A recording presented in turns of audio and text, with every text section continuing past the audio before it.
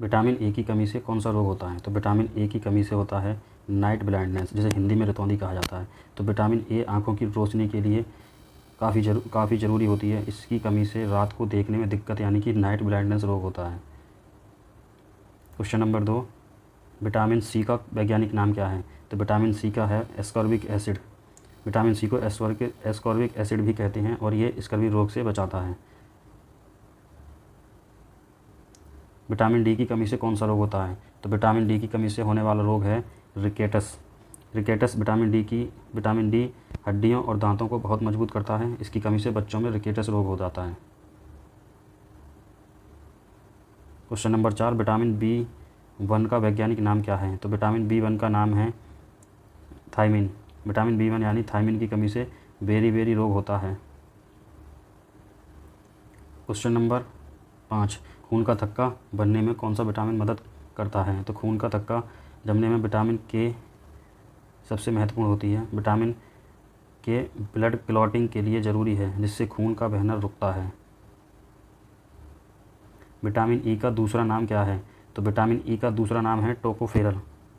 Vitamin E को tocopherol कहते हैं। इसे एंटी स्टेरिलिटी विटामिन भी कहा जाता है। पेलाग्रा रोग किस विटामिन की कमी से होता है? तो पेलाग्रा रोग विटामिन B3 की कमी से होता है। नाइसिन की कमी से पेलाग्रा रोग होता है। विटामिन B3 को नाइसिन के नाम से भी जाना जाता है, जिसमें डायरिया, डिमेंशिया और डर्मेटाइटिस होता है। स्कर्वी रोग किस विटामिन की कमी से होता है? तो स्कर्वी रोग होता है विटामिन सी की कमी से होता है। विटामिन सी की कमी से मसूड़े फूलना और खून का आना यानी स्कर्वी रोग होता है। क्वेश्चन नंबर 9, गर्भवती महिलाओं को कौन सा विटामिन विशेष रूप से दिया जाता है? तो गर्भवती महिलाओं को विटामिन B9 यानी कि फॉलिक एसिड के रूप में दिया जाता है। गर्भवती महिलाओं को फॉलिक एसिड दिया जाता है ताकि बच्चे में न्यूरल ट्यूब और डिफेक्ट ना हो। क्वेश्चन नंबर 10, हड्डियाँ और दांतों के विकास के लिए कौन सा विटामिन ज़रूरी है? तो हड्डियाँ और दांतों के लिए विटामिन डी सबसे ज़्यादा महत्वपूर्ण होता है, जिसमें कैल्शियम और फास्फोरस के अवशोषण में मदद करता है। विटामिन B12 का वैज्ञानिक नाम क्या है? तो विटामिन B12 का नाम है साइनोकोबालामिन। इसकी कमी से एनीमिया और नर्वस सिस्टम की समस्या होती है। क्वेश्चन नंबर 12, रात में देखने की क्षमता किस विटामिन पर निर्भर करती है? तो रात में देखने की क्षमता विटामिन ए पर निर्भर करती है। विटामिन ए की कमी से रतौंधी रोग होता है। विटामिन B2 का दूसरा नाम क्या है? विटामिन B2 का दूसरा नाम है riboflavin. Question number 14, anti sterility vitamin किसे कहा जाता है? तो विटामिन ई को एंटी स्टेरिलिटी कहा जाता है। ये प्रजनन क्षमता को बनाए रखने में मदद करता है। क्वेश्चन नंबर 15, खून की कमी यानी कि एनीमिया से बचाने वाला विटामिन कौन सा है? तो खून की कमी यानी कि एनीमिया से बचाने वाला विटामिन B12 होता है। ये रेड ब्लड सेल्स बनाने में मदद करती है। विटामिन एच किस नाम से जाना जाता है? तो विटामिन एच को बायोटीन के नाम से जाना जाता है। ये बाल और त्वचा के लिए आवश्यक विटामिन है। विटामिन B9 का दूसरा नाम क्या है? तो विटामिन B9 का दूसरा नाम है फॉलिक एसिड।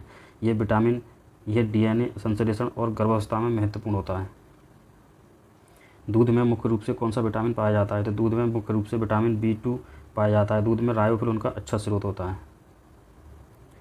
विटामिन सी का मुख्य स्रोत कौन सा है? तो विटामिन सी का मुख्य स्रोत है खट्टे फल होते हैं, जैसे संतरा, नींबू और आंवला इसके अच्छे स्रोत हैं। सूरज की रोशनी से कौन सा विटामिन मिलता है? तो सूरज की रोशनी से ये सबको पता होगा कि विटामिन डी मिलता है। इसे सनशाइन विटामिन भी कहा जाता है। बेरी रोग किस विटामिन की कमी से होता है? तो विटामिन B1 की कमी से बेरी रोग होता है। विटामिन के का मुख्य कार्य क्या है? तो विटामिन के का मुख्य कार्य है रक्त का थक्का जमना। विटामिन ई का मुख्य कार्य क्या है? तो विटामिन ई का मुख्य कार्य है एंटीऑक्सीडेंट, जो कि सभी विटामिन के लिए आवश्यक है। विटामिन B5 को क्या कहा जाता है? तो विटामिन B5 को पेंटोथेनिक एसिड कहा जाता है। एंटी एजिंग विटामिन किसे कहा जाता है? तो विटामिन ई को एंटी एजिंग कहा जाता है।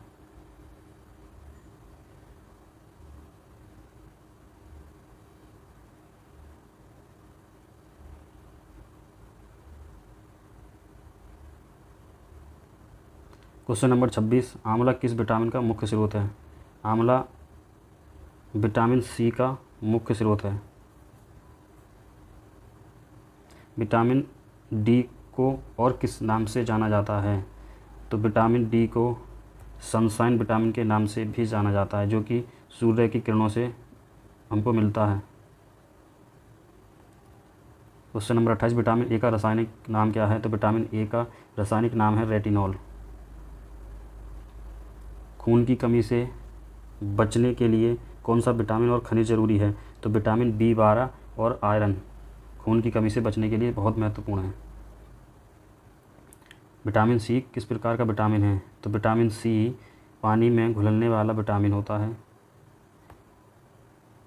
विटामिन ए किस प्रकार का विटामिन है? तो वसा में घुलनशील होता है विटामिन ए।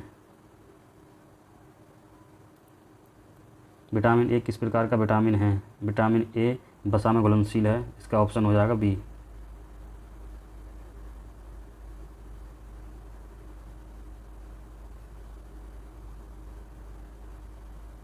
विटामिन डी की अधिकता से कौन सी समस्या हो सकती है? किडनी में स्टोन। विटामिन डी की कमी से किडनी में स्टोन हो सकते हैं। विटामिन B6 का दूसरा नाम क्या है? तो विटामिन B6 का दूसरा नाम है पायरिडॉक्सिन। विटामिन के किस चीज़ में घुलनशील है?